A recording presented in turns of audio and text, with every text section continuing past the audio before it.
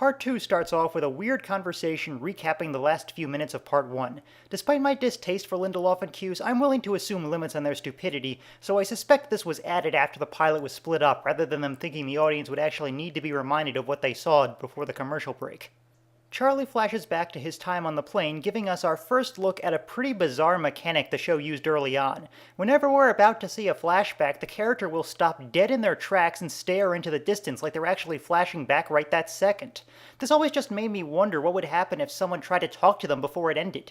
It turns out Charlie's a heroin addict, or rather he just carries around an emergency stash of brown sugar since they don't even try to make it look like anything else. And after eating half of his stash, he tries to flush the rest. Kind of a mixed message just to give him a reason to want to go to the cockpit. Shannon acts like a bitch some more so we can be introduced to Claire Littleton, a pregnant woman and apparently the only person on this flight from Australia who is actually Australian.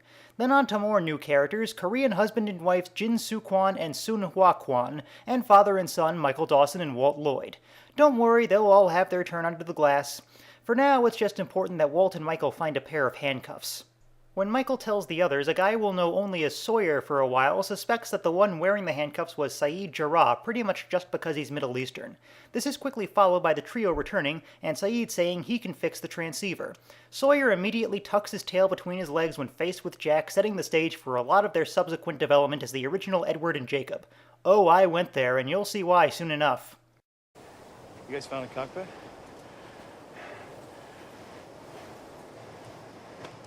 Any survivors? No.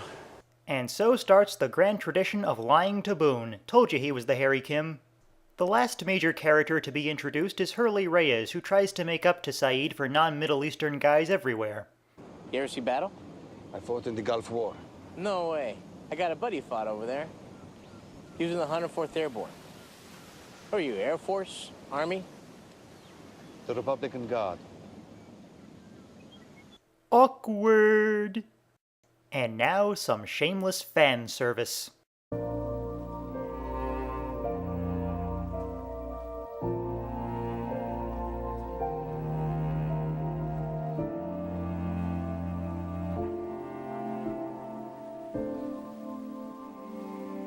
실례합니다.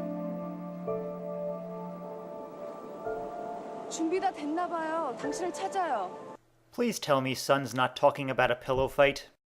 Saeed fixes the transceiver, but to get reception they need to get it on top of a mountain. I'm going on a hike. Sorry? Saeed fixed the transceiver, but we can't use it. Not from here. Kate, wait a minute. You're the one who said that we had to send out a signal. Look, you saw what that thing did to the pilot. Yeah, I did. What makes you think we're any safer here than we are in the jungle? Wait for me. I don't know how long this Saeed will said the take. battery won't last.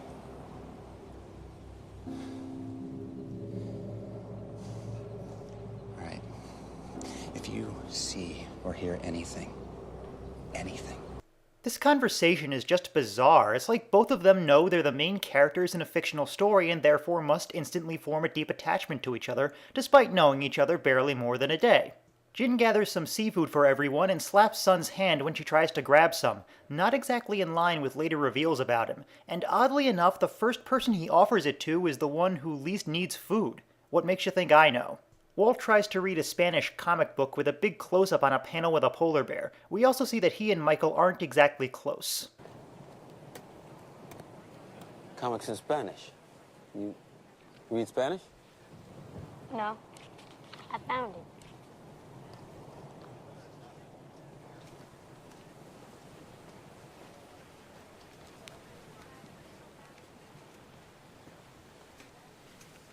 Tell you what, we get home, we'll get you another dog.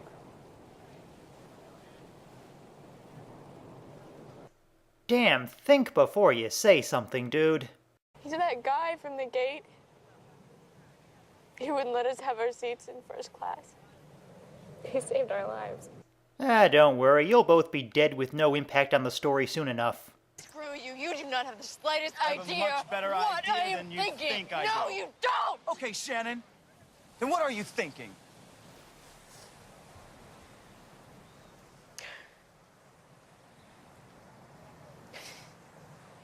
That's pretty much going to be the standard response on this show anytime anyone asks a serious question. You might as well get used to it now.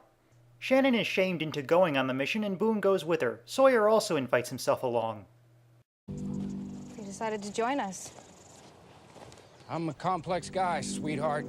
As we'll later see, not really so much. At this point, I need to give a shout out to the show's composer Michael Giacchino. To me, his best work will probably always be the score to The Incredibles, but his stuff on Lost is also great, and we get one of the best tracks he ever did for the show right here.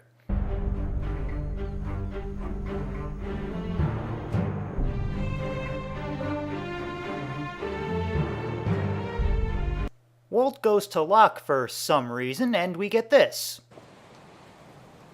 You have no accent. Yeah, I know. We move a lot. She got sick. She died a couple of weeks ago. You're having a bad month. I guess. Yeah, it's nice that you can laugh at a little kid's pain. Locke also teaches Walt about backgammon, which gives us more of the black and white symbolism that will never end up meaning much. One is light, one is dark.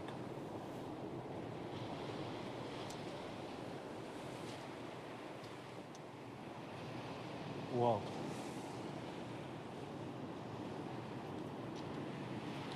Do you want to know a secret?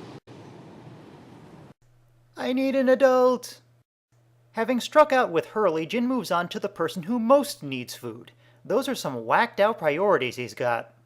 The new heroes get attacked by a bear, but Sawyer pulls out a gun and blows it away. You think that's what killed the pilot? No. No, that's a tiny, teeny version compared to that. Shut up, Charlie. Then, something weird happens. It's a polar bear. Jack tends to one of the injured survivors, giving us some cheap fat guy comedy. Such a sophisticated show. Meanwhile, our heroes debate how the bear lives on the island. You might think it has something to do with that comic book Walt was reading, especially given later hints that he has some kind of psychic powers. But you'd be wrong. That whole scene, deliberate close-up on the polar bear included, just ends up being so much filler. Sawyer explains that he took the gun from the U.S. Marshal who was transporting the prisoner. Does anybody know how to use a gun? I think you just pull the trigger. Shut up, Charlie. Kate disassembles the gun under Saeed's instructions, but it turns out she's lying because in her own flashback it turns out she's the prisoner. I'll admit this surprised me the first time I watched, if only because I'd been trying to figure out who the least likely person would be and had settled on Claire. I have one favor to ask. Really? This ought to be good. Full confession time, there are some gaps in my memory of the show and I'm relying on Lostpedia for my fact-checking. But it's no help here, so I really don't know if we ever find out what the favor was. So I'll hold off on calling it an unanswered question unless someone out there knows for sure. It turns out the man Jack's been treating is the Marshal. Meanwhile, Kate's group reaches high enough ground but finds that there's already a signal transmitting from the island. It's French! The French are coming! I've never been so happy to hear the French! Shut up, Charlie. Shannon translates it as a distress call from her semester drinking in Paris, and Saeed uses the count of the times the message is played to calculate that it's been playing non-stop for 16 years and 5 months. Because he can do that, because he's pretty much the most manly man ever. Charlie finally gets to do something useful by giving us the iconic final line. Guys, where are we?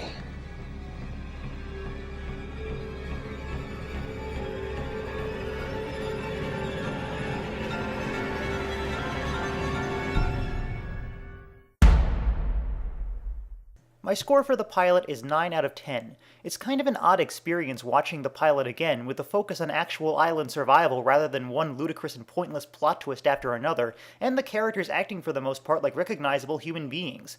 It was the most expensive pilot ever shot at the time, a record since broken by the far superior show Boardwalk Empire, and it uses that money well. You really do buy that you're seeing the aftermath of a plane crash.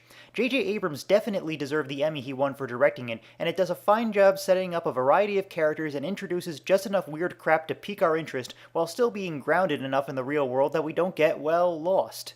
The show would later betray pretty much everything set up here, but on its own, it's a great start to the series.